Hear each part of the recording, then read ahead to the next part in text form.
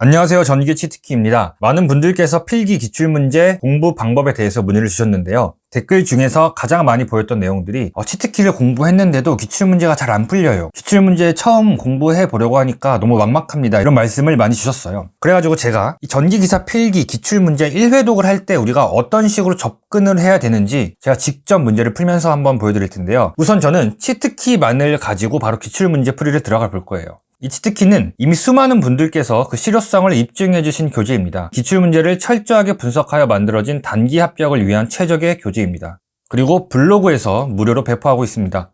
치트키 교재 제작 과정이 궁금하시다면 우측 상단 카드를 클릭해주시면 감사하겠습니다. 지금부터 제가 직접 기출문제 1회독을 어떻게 시작해야 하는지 바로 보여드리도록 하겠습니다. 제가 전기기사 필기 2014년 1회차 문제를 가지고 왔습니다. 그냥 아무거나 크게 의미가 있는 건 아니고 그냥 눈에 보이는 회차 아무거나 뽑아왔어요. 2014년 1회차 중에서 여러분들이 가장 많이 어려워하시는 회로, 자기약, 전기기기 세 과목을 우리가 치트키를 이용해서 어떻게 공부할지 한번 살펴보겠습니다. 첫 번째 과목 전기 자기약부터 풀어볼게요. 우선 기출문제를 보면은 문제를 한번 딱 읽어봅니다. 전기 쌍극자에 대해 묻고 있구나. 그리고 보기 볼 것도 없이 바로 해설을 가는 거예요. 그럼 전기 쌍극자에 대한 것은 우리가 전기 자기약 치트키 4번에서 다뤘습니다. 그럼 여러분들이 치트키 교재를 펴서 4번을 보면서 이게 어떤 걸 묻고 있는지 내가 어떻게 배웠는지 한번 보는 거예요. 그럼 이에 관련된 내용이 정확하게 이제 치트키에 들어가 있어요. 그럼 이 문제를 정답을 고르고 한번 다시 읽어보고 복습하고 바로 다음 문제에 들어가시면 됩니다. 자, 그리고 이번 문제를 보면은 지금 문제를 읽어보면 뭐라 그랬냐? 분극 전하에 의한 전기의 세기를 묻고 있죠. 그러니까 지금 분극의 세기를 묻고 있는 거예요. 그래서 해설을 딱 보니까 뭐예요? 분극의 세기에 대한 문제구나. 분극의 세기에 대한 것은 전기자기약 치트키 10번에 있습니다. 그런데 우리가 치트키에서 배운 내용을 조금 더 응용한 문제예요. 그럼 이런 문제를 보고 나서는 기본 공식은 치트키에 나와 있는데 이러한 치트키를 우리가 응용해서 이렇게 풀 수 있는 거구나. 이렇게 기억을 해주시라는 거죠. 그래서 이 문제도 여러분들이 해설을 보면서 쭉 풀고 넘어가면 되는 거죠. 자, 그리고 3번에 왔어요. 3번 보니까 지금 구도체라는 게 나왔어요. 구도체. 여기까지 봐선 잘 모르겠죠. 그럼 바로 해설을 보는 거예요. 해설에 뭐라 나와 있어요? 구도체의 정전 용량을 묻고 있네요. 자, 정전 용량은 치트키 8번에 나와 있습니다. 그 공식 그대로 가지고 와서 문제의 서식을 어떻게 세웠는지 같이 한번 살펴보면서 해설을 따라서 풀어보는 겁니다. 여기까지 봤으면 여러분들이 이제 감이 잡히셔야 돼요. 우리가 지금 기출문제 1회독을 하고 있는 거잖아요. 기출 1회독은 문제를 푸는 기간이 아니라 문제를 공부하는 기간이에요. 여러분들이 가장 크게 좌절하는 이유가 1회독 때 딱 공부를 어떻게 해요? 문제를 봐요. 그리고 종이나 이런 걸로 해설을 딱 가리고 나서 문제만 딱 봅니다. 문제가 안 풀려요. 어려워. 좌절을 해요. 이런 식으로 반복하다 보니까 사기도 계속 깎이고 문제 풀기가 싫어지는 거예요. 절대 이렇게 하시면 안 되고요. 그냥 문제 읽고 바로 해설을 보시는 거예요. 이렇게 해서 1번, 2번, 3번까지 풀었죠. 4번 볼게요. 자, 4번 와전류손 나왔는데 전기자기약 치트키에는 와전류손이 없습니다. 물론 전기기기에서 다루긴 하는데 우선 패스하는 거예요. 치트키에 없어? 패스해. 자, 5번 봅니다. 5번도 치트키에 없던 내용이에요. 그러면은 패스하는 거예요.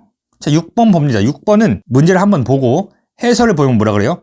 완전 경계 조건. 이건 치트키 11번에 나온 내용이에요. 치트키에 나온 내용은 반드시 해설 보면서 문제 한번 같이 풀어보시는 거예요. 그럼 해설을 보고 문제를 어떻게 푸냐? 천천히 한번 읽어보는 겁니다.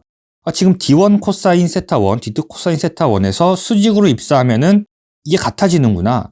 그럼 전속 밀도의 식에서 우리가 전개의 식으로 바꾼 다음에 문제에서 묻는 E2에 대한 식을 구할 수 있겠구나. 자, 한번 본 다음에 그 다음에 다시 올라와서 답 가리고 그 다음에 해설에서 본 내용을 그대로 여러분들이 한번 직접 풀어보시는 거예요. 이렇게 풀어가지고 정답을 유추해내는 거죠. 이런 식으로 치트키에 나온 내용들만 쏙쏙 골라서 풀어보는 겁니다.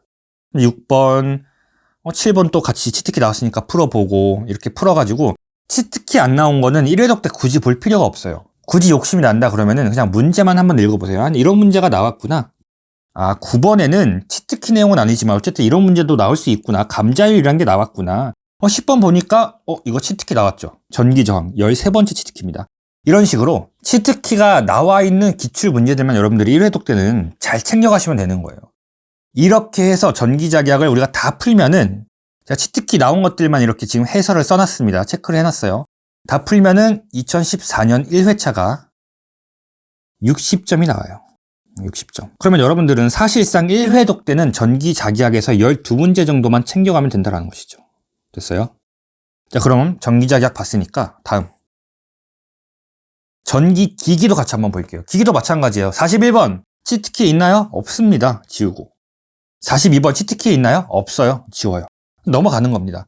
43번 지금 1차 측, 2차 측 권수 이야기 나온 거 보니까 자, 전기기기 치트키 9번에 보면은 변압기의 권수비에 대한 내용이 나옵니다. 그럼 우리가 치트키 보면서 해설 보면서 문제 풀어보는 거예요. 됐어요? 그러니까 우리가 이 문제를 풀어서 점수를 매겨야지 이런 욕심은 1회독 때 갖는 게 아닙니다. 1회독 때는 그냥 이 해설, 풀이를 공부하는 시간인 거죠. 이렇게 풀고 자 내려갑니다. 44번 있나요? 없어요. 45번 있나요? 있죠. 스텝 모터는 치트키 43번에 있습니다. 이런 식으로 치트키 나온 내용들을 계속해서 체크해 가면서 공부를 해서 자 전기 기기도 이렇게 공부했더니 몇 점이 나오냐? 자 65점이 나옵니다. 됐어요? 자 그럼 회로도 같이 한번 가볼까요? 빠르게. 회로 이론 및 제어공학이죠. 루스 안정도표 치트키 4번에 있습니다. 이 문제는 여러분들이 공부를 해주시고요. 62번은 문제에서 전달함수라고 했는데 이 전달함수는 우선 회로와 제어 내용이 섞여 있고 이 문제는 직접적으로는 이제 라플라스 변환을 이용해서 푸는 문제입니다. 그래서 회로 이론 치트키를 같이 보시면 되고요. 63번은 제어공학 치트키 16번 이런 식으로 내가 풀 수 있는 문제 치트키에서 배운 문제만 풀어나가는 거예요. 66번도 풀 수 있고요. 이런 식으로 체크를 하면 됩니다. 그런데 자 쭉 내려가다 보면은 이런 문제들이 있어요. 이 77번 문제는 휘스톤 브릿지와 태분한 정리가 합쳐진 문제예요. 근데 이 문제는 우리가 치트키에서 배웠다고 하더라도 실제 문제를 풀기에는 굉장히 어렵습니다. 어려운 응용 문제예요. 이런 것들은 여러분들이 이제 강의를 볼 수 있으면 좀 찾아가지고 참고해 주시면 좋습니다. 아니면은 강의를 보지 않더라도 이 해설이 굉장히 잘 되어 있는 기출문제집을 찾아가지고 공부해 주시는 게 좋아요. 자, 그럼 이렇게 해가지고 우리가 회로 이론이랑 제어공학도 풀어보니까 이 2014년 1회차에서는 치트키만을 이용해서 풀 수 있는 문제가 60점이 됩니다. 60점.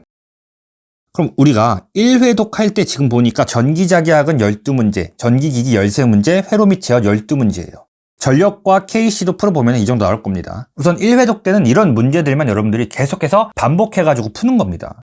이렇게 반복해서 푼 다음에 그러면 다 풀었어요. 어떻게 해요? 2회독 시작하겠죠? 그럼 2회독 할 때 다시 돌아와가지고 이번에는 우리가 1회독 때 풀었던 12문제는 정답을 가리고 한번 풀어보세요. 풀어서 맞았다면은 동그라미 치워넣고 틀렸다면 이제부터 오답 노트를 하는 겁니다. 오답 노트를 어떻게 하냐? 저는 보통 포스트잇을 많이 이용하라고 추천드리는데 책 옆에다 이렇게 포스트잇을 붙여가지고 틀린 문제를 체크하는 거죠. 아니면은 뭐 굳이 포스트잇 안 이용하더라도 여기 위에다가 뭐 날짜를 쓰는 거예요. 아 이거 3월 1일에 풀었는데 한번 틀렸다. 이런 식으로 날짜를 써놓고 하루가 끝날 때 또는 다음날 공부를 시작할 때 이 복습 한 번 더 풀어보시는 겁니다. 이렇게 문제를 풀어보고 또 맞았으면은 그냥 동그라미 치고 넘어가고 이런 식으로 하는데 자 2회독 때는 우리가 치트키가 아닌 문제들도 같이 한번 이제 살펴봐야 돼요.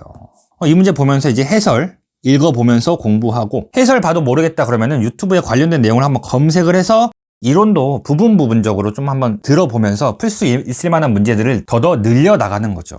그럼 1회독 때는 우리가 60점이었다면은 2회독 하면은 이런 쉬운 문제들 같은 거 같이 챙겨가면서 70점에서 80점으로 만드는 거고 그럼 3회독 할 때는 이것도 풀고 2회독 할 때 못 풀었던 문제들도 풀어가면서 점수를 계속해서 늘려나가는 거예요.